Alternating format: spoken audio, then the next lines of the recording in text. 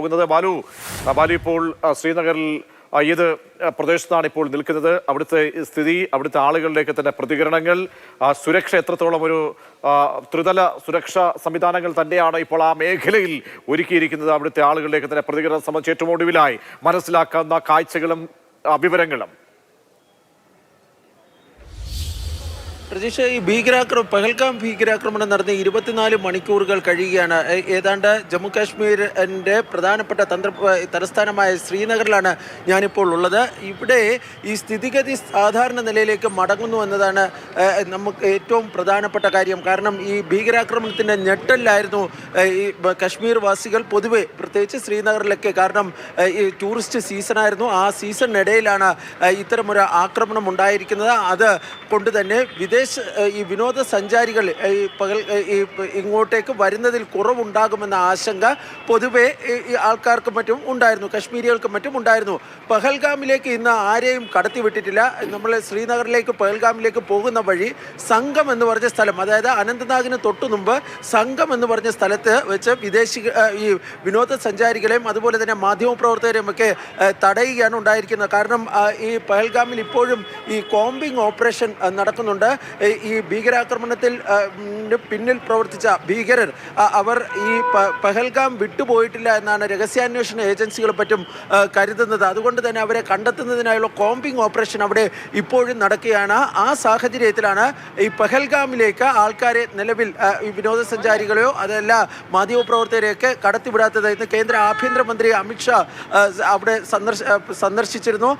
ഈ നാളെ ഈ ശ്രീനഗറിൽ ഒരു സർവകക്ഷി യോഗം മുഖ്യമന്ത്രി ഒമർ അബ്ദുള്ള വിളിച്ചു ചേർത്തിട്ടുണ്ട്. ഏറ്റവും പ്രധാനമായി നമുക്ക് റിപ്പോർട്ട് ചെയ്യാൻ വേണ്ടി പറ്റുന്ന ഒരു കാര്യം, കശ്മീർ ജനത ഈ ഭീകരാക്രമണത്തെ അതിനിശ്ചിതമായി തള്ളിപ്പറയുന്നു എന്നതാണ്. ഈ തങ്ങൾ ആരും തന്നെ ഇതിനോട് യോജിക്കുന്നില്ല. ഇത് തങ്ങളുടെ ജീവിതത്തിനെ ബുദ്ധിമുട്ടിക്കുന്നതിന് വേണ്ടി നടത്തിയ ഭീകരാക്രമണമാണ് എന്നാണ് കശ്മീരിലെ സാധാരണക്കാരായ ജനങ്ങൾ വരെ. പിന്നിലേക്ക് ഒരുപാട് പേർ ഇങ്ങനെ ബാഗുമൊക്കെയായി വിനോദസഞ്ചാരികൾ ഒരുപാട് പേർ ആയിരുന്നിരിക്കണം. അവരൊക്കെ തന്നെ മടങ്ങുന്ന ഒരു കാഴ്ചയാണോ കാണാൻ കഴിയുന്നത്? കാരണം ആ നാട്ടിലേക്ക് വരുന്നവർ, അവിടുത്തെ സ്നേഹസ്പർശം ഏറ്റുവാങ്ങുന്നവർ, ആ ഭൂമിയുടെ മനോഹര ഗന്ധം ആസ്വദിക്കുന്നവർക്കൊക്കെ തന്നെ പെട്ടെന്ന് അവിടെ നിന്നും പോകാൻ കഴിയില്ല.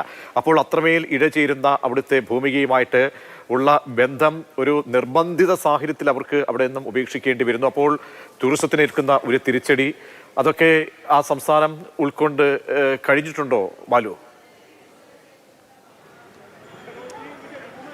പ്രതീക്ഷ, ഇതിൽ കശ്മീരികൾക്ക് വലിയ തോതിലുള്ള ആശങ്കയുണ്ട്. പക്ഷേ ഈ പുറത്തുനിന്ന് പറഞ്ഞ എന്നെ പോലുള്ളവർക്ക് ഈ ഇവിടുത്തെ ഈ ഒരു സാഹചര്യം കാണുമ്പോൾ മനസ്സിലാക്കാൻ വേണ്ടി കഴിയുന്നത്, അല്ലെങ്കിൽ നമുക്ക് പറയാൻ വേണ്ടി കഴിയുന്നത്, ഈ ഇപ്പോഴുണ്ടായിരിക്കുന്ന പ്രതിസന്ധി ഒരുപക്ഷെ 1-2 ദിവസങ്ങൾക്ക് ശേഷം മാറുമെന്നതാണ്. കാരണം വലിയ തോതിൽ ആൾക്കാരൊക്കെ ഇവിടങ്ങളിലേക്ക് വീണ്ടും മടങ്ങിയെത്തുന്ന കാഴ്ച നമുക്ക് താമസിയാതെ തന്നെ കാണാൻ വേണ്ടി കഴിയും. ഇന്ന് ഒരുപക്ഷെ രാവിലെയൊക്കെ ഈ ശ്രീനഗറിൽ നിന്നും അതുപോലെ തന്നെ പഹൽഗാമിൽ നിന്നും ഗുൽമാർഗിൽ നിന്നുമൊക്കെ ഉള്ള ജനങ്ങൾ അവർ ഈ നാടുകളിലേക്ക്, അതായത് പുറത്തു നിന്ന് വന്നവർ എത്രയും വേഗം ആദ്യത്തെ വിമാനത്തിലോ തീവണ്ടിയിലോ ഒക്കെ പിടിച്ച് നാട്ടിലെത്തുന്നതിനുള്ള ഒരു ശ്രമം അവരുടെ ഭാഗത്തു നിന്നുണ്ടായെങ്കിൽ അതിൽ നിന്നൊക്കെ മാറി വൈകിട്ടൊക്കെ ആയപ്പോൾ വലിയൊരു ആത്മവിശ്വാസം ജനങ്ങൾക്കിടയിൽ കാണാൻ വേണ്ടി കഴിയുമായിരുന്നു.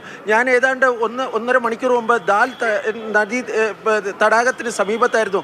അവിടെ ഇന്ന് രാവിലെയൊക്കെ വളരെ, അതായത് ഒരു മനുഷ്യർ പോലും ഉണ്ടായിരുന്നില്ല. പക്ഷെ വൈകിട്ടൊക്കെ ആയപ്പോൾ വിനോദസഞ്ചാരികൾ കൂട്ടമായി എത്തിത്തുടങ്ങി. അവർക്കൊരു ആത്മവിശ്വാസമുണ്ട്. കാരണം ഇന്ന് കശ്മീരിൽ ഈ ഒരു ബന്ധുണ്ടായിരുന്നു, കടകമ്പോളങ്ങളൊക്കെ അടഞ്ഞു കിടന്നു. അതിനപ്പുറത്തേക്ക് ഒരിടത്തു നിന്നും ഒരു സംഘർഷത്തിൻ്റെയും വാർത്തകളോ റിപ്പോർട്ടുകളോ ഒന്നും പുറത്തു വന്നിട്ടില്ല. ജനജീവിതം സാധാരണ നിലയിലേക്ക് പോവുകയാണ്. ഒരുപക്ഷെ അടുത്ത 24-48 മണിക്കൂറൊക്കെ കഴിയുമ്പോൾ കശ്മീർ എന്തായിരുന്നോ കഴിഞ്ഞ ആഴ്ച അതേ രീതിയിലേക്ക് ജമ്മു കാശ്മീർ മടങ്ങുമെന്ന കാര്യമാണ് നമുക്ക് ഈ ദൃശ്യങ്ങൾ കാണുമ്പോൾ ഉറപ്പിച്ച് പറയാൻ വേണ്ടി കഴിയുന്നത്. ബാലു തുടരുക. അങ്ങനെ ബാലു ആ ഗ്രൗണ്ട് സീറോയിൽ നിന്നും തത്സമയ റിപ്പോർട്ട് ശ്രീനഗറിൽ നിന്നും നൽകുകയാണ്.